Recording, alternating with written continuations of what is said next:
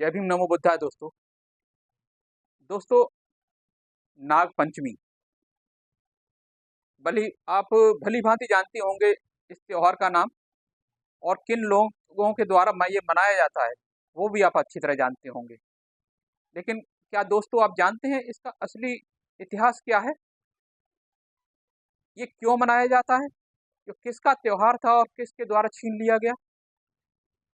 दोस्तों इसी विषय पर दोस्तों इसी विषय पर मैंने चाहा कि अपने बहुजन साथियों, बहुजन दोस्तों की आंखों को खोला जाए और एक ऐसा वीडियो बनाया जाए जिसमें नागपंचमी का वास्तविक इतिहास बताया जाए। इसको मैंने कई संदर्भों से लिया है और वास्तविकता है जो वो मैं आपके सामने रखने जा रहा हूँ इस वीडियो के माध्यम से।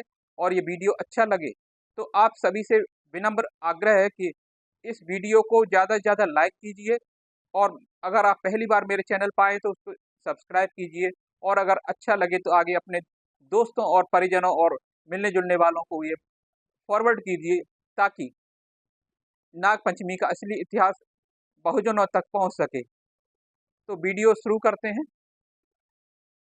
दोस्तों, नाग, पंच, शील, ये तीन चीज हैं। नाग, पंच और शील और उसका उत्सव। नागपंचमी बौद्धों का उत्सव है जिसे बड़ी चालाकी से चालाक लोगों ने ओबीसी, एससी, एसटी की मूर्खता और बेईमानी के कारण चुरा लिया है। नागपंचमी तब से मनाया जाता है जब से भारत के कोने कोने में नागवंश के राजाओं ने बौद्ध सभ्यता के प्रति अपना पूरा योगदान दिया। इन महान राजाओं के याद में यह दिन मनाया जाता है। दोस्तों, नाग एक जाति थी। इस जाति के नाग लोग भारत के मूल निवासी हैं जिन्हें असुर कहा गया। नागवंशी राजा व योद्धाओं में अनंतनाग, बासुकी नाग, शेष नाग, पदम नाग, कवल नाग, ककोटिक नाग, अस्तर नाग, शंखपाल नाग, कालिया नाग, पिंगल नागवीर प्रसिद्ध हैं। भारत में इनका ही वर्चस्व था और यह नाग भगवान बुद्ध के अनुयायी और बौद्ध धर्म के प्रचारक थे। यह सब आजकल जो उत्खनन हो रहा है उससे सिद्ध हो चुका है। उनका साम्राज्य भारत, यूनान, मिस्र, चीन, जापान आदि देशों में भी रहा है। नागवंश के बौद्ध लोग सावन की पंचमी के दिन वार्षिक पंचायत करते थे। यह पंचायत मुखिया या चुनाव के लिए होती थी। इस दिन लोग नहा धोकर अपने आराध्य देव तथागत बुद्ध की वंदना करके सुबह ही गांव के संस्थागार में एकत्र होते थे। इनका आपसी रहन सहन समता, एकता, न्याय और भाईचारे पर आधारित था।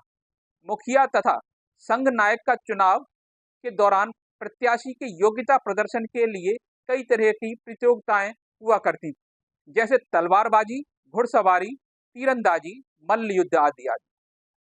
वर्तमान में नागपंचमी के दिन कुश्ती, दंगल, कबड्डी, युद्ध कला से संबंधित दौड़, घुड़सवारी, निशानेबाजी आदि वीरता, साहस, कौशल और शक्ति के प्रदर्शन करने वाले खेलों का आयोजन किया जाता है। इसलिए नागपंचमी नागों द्वारा चयन किया गया वही दिन है जिस दिन वह अपने सेनापति, मुखिया और किसी श्रेष्ठ पद का चुनाव करते थे और वार्षिक बैठक किया करते। यह दिन नाग वंश के लिए केवल परंपरा, पराक्रम और वीरता दिखाने का ही नहीं, बल्कि इस दिन का महत्व धार्मिक श्रद्धा और समर्पण की दृष्टि से भी अधिक था, क्योंकि इसी दिन आर्य राजा परीक्षित जन्मेजय द्वारा असंख्य नागों को आग में झोंककर मार डाला था।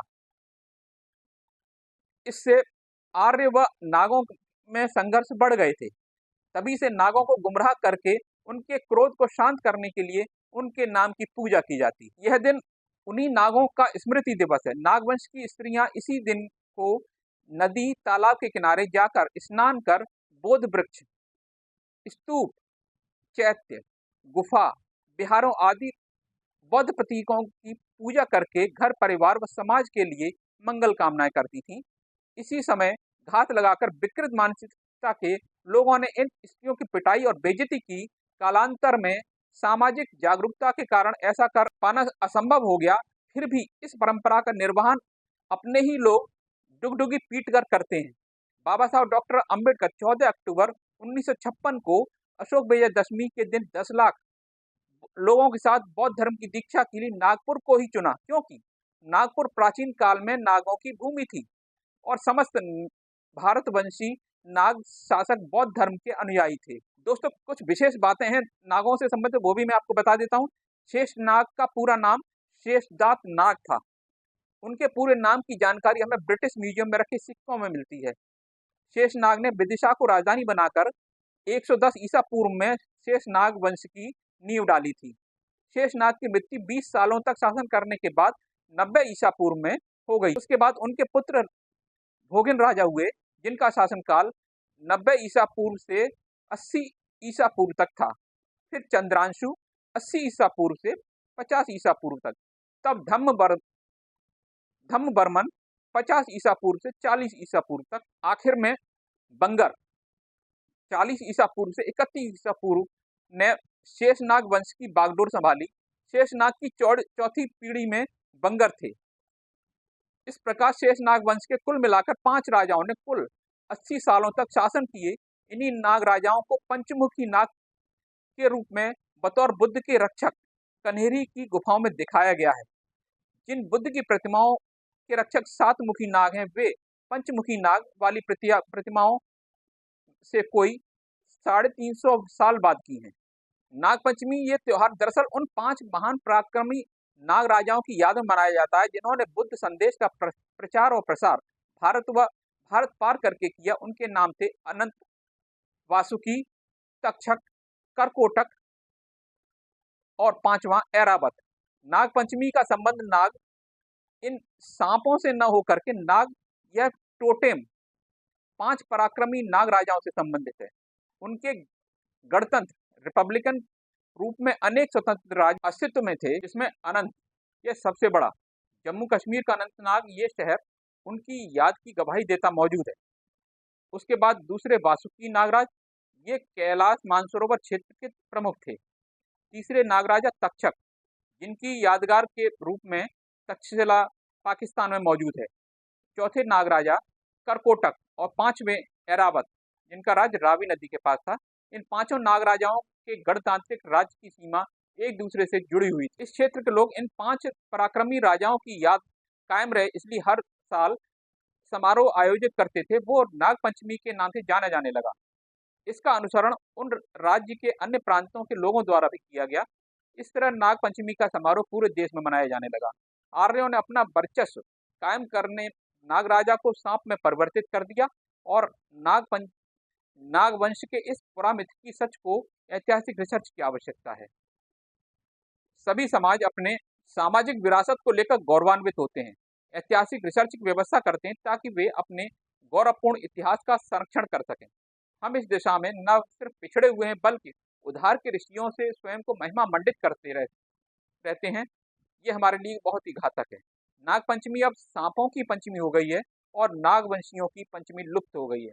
बावजूद इसके आज भी हम लोग घर की दीवारों पर 5 नाग बनाना नहीं भूले हैं। ये 5 नाग ही हमारे पूर्व के नागराजा हैं। धार्मिक परिसीमा से बाहर निकलकर नागपंचमी के त्योहार का महत्व नागवंशियों को जान लेना चाहिए। तो ये था दोस्तों नागपंचमी का वास्तविक इतिहास, जो आप बहुत ही कम लोगों को मालूम है।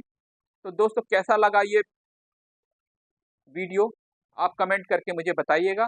अगर ये वीडियो आपको अच्छा लगा हो तो इसे लाइक कीजिए और सब्सक्राइब कीजिए, और इस वीडियो को अपने संबंधियों, परिजनों, जान पहचान वालों सभी के पास में फॉरवर्ड कीजिए, जिससे सभी बहुजनों को अपना इतिहास, अपने नागवंशी राजाओं का इतिहास जानने का मौका मिल सके और वो जागरूक हो सकें।